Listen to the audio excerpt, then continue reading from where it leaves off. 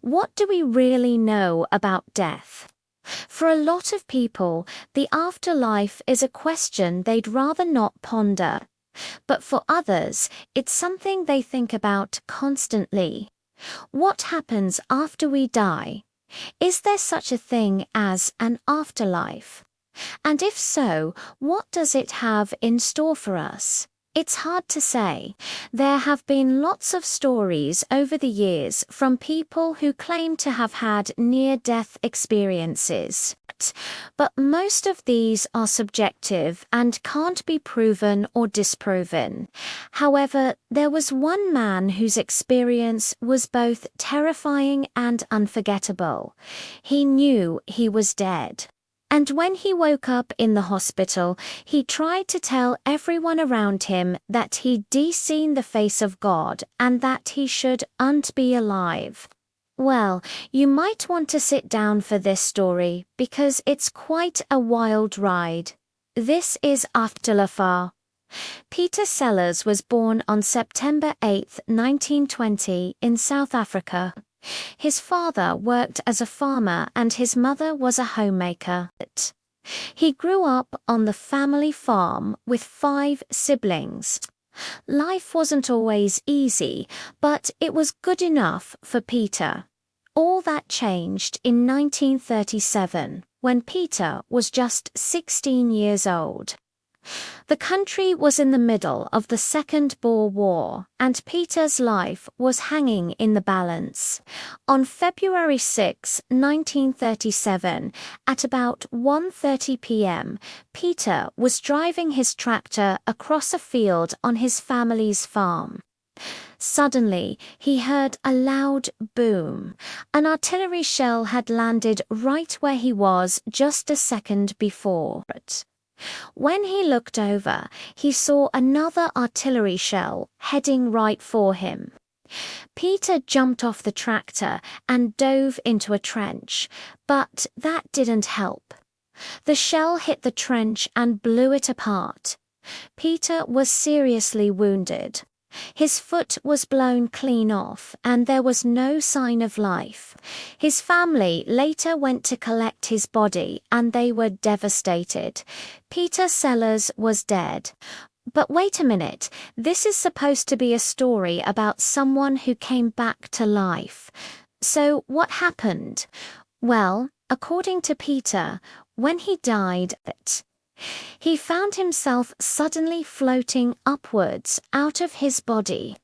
He felt as though he was being pulled upwards by an invisible force, and all he could do was go along for the ride. As he floated above his body, he saw his family kneeling beside it, crying and comforting each other. He could hear them talking in hushed tones about burying him. He wanted to let them know he was okay, but of course he couldn't. As he continued his journey, he started to feel lighter and lighter until he was completely weightless. Then he saw the tunnel of light that's often associated with near-death experiences. He walked towards it, and it felt as though he was being pulled forward by an invisible magnet. As he got closer and closer, the light became brighter and brighter, until he was completely surrounded by it. In that instant, he felt an overwhelming sense of peace and love. It was as though all the pain and suffering in the world just disappeared. Then he saw a man standing at the end of the tunnel. The man was tall and slender with long white hair and a beard. He was wearing a robe and his face was kind and gentle. As Peter approached, the man spoke. He said, "You don't have to come any further, my son. You are with God now." Peter was a bit scared, but mostly he felt at peace. He knew in his heart that he was exactly where he needed to be. He stepped forward and embraced the man. In that moment, he understood that this was Jesus Christ himself. When Peter shared his story years later, he described what happened next. He said, "I remember looking down and seeing two paths stretching out before me.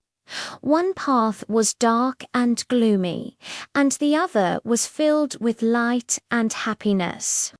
The man pointed to the dark path and said, 'That is the path you should not take.' Then he pointed to the bright path and said, 'That is the path you must follow.' Peter asked, 'How long will I have to walk on this path?' And the man replied, 'Just a few more days.' Peter then asked a question that many people who have had near-death experiences ask. He wanted to know what would happen to him when he got to the end of the path. The man said, 'When you reach the end of the path, you will be given a book containing the record of your earthly deeds. If you find your name written in the book, you will go to heaven. But if your name is not found, you will go to hell.' Peter thought about this for a moment. He knew that he wasn't a perfect person, but he hoped that he had done enough good things during his life to get into heaven. The man then said, 'It is time for you to go now. Go in peace.' And with that, Peter found himself suddenly pulled back towards his body. He felt himself falling, and then everything went black. When Peter woke up, he was lying in a hospital bed. At first, he couldn't remember what had happened. Then he remembered the artillery shell and the intense pain. He tried to move his foot, but it wasn't there. His leg had been amputated below the knee. Peter was confused and scared. He didn't know why he was in the hospital or how he had survived the explosion. That's when he decided to tell everyone around him about his experience. He told the nurses and doctors about the tunnel of light and the man who had greeted him.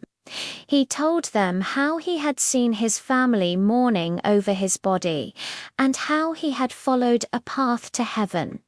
But nobody believed him. They thought he was delirious and not making any sense. Peter was devastated.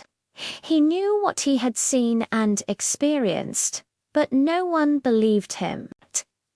Peter spent several months in the hospital recovering from his injuries. During that time, he had skin grafts and physical therapy. He learned to walk again with a prosthetic leg, and he slowly regained his strength. Throughout his recovery, Peter never forgot about his near-death experience. He knew that he had been given a second chance at life, and he wanted to make the most of it. When he was finally discharged from the hospital, Peter went back to live with his family on the farm. He tried to pick up where he left off, but it wasn't the same. He couldn't shake the feeling that he was different now. He couldn't forget what he had seen and experienced. Peter struggled to adjust to his new reality. He didn't know how to deal with his feelings of grief, guilt, and fear. He felt like he was in a nightmare and couldn't wake up. Peter eventually found a way to cope with his experience. He started attending church regularly and talking to a priest about what he had gone through. With time, he began to feel better. He started to feel like he was finally moving on from his experience. Peter also started to share his story with others. He wanted to let people know that there is life after death and that heaven is real. Peter lived a long and happy life. He married a woman named Thelma, and they had 2 children together. He also became a successful businessman and philanthropist.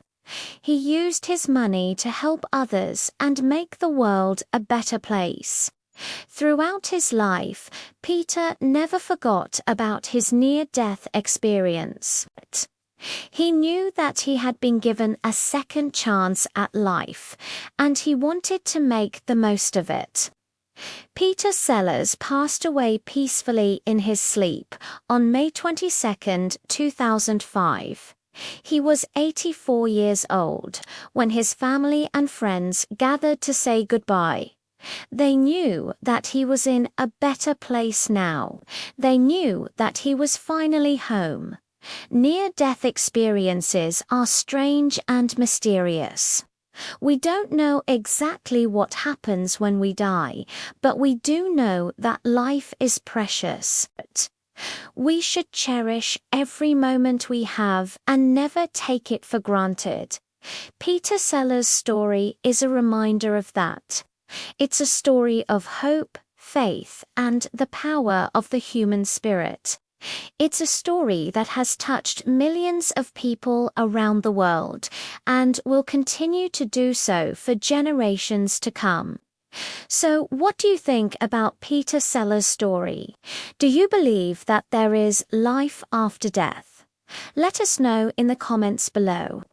If you enjoyed this video, be sure to like it and share it with your friends and family. And don't forget to subscribe for more amazing content. Thanks for watching.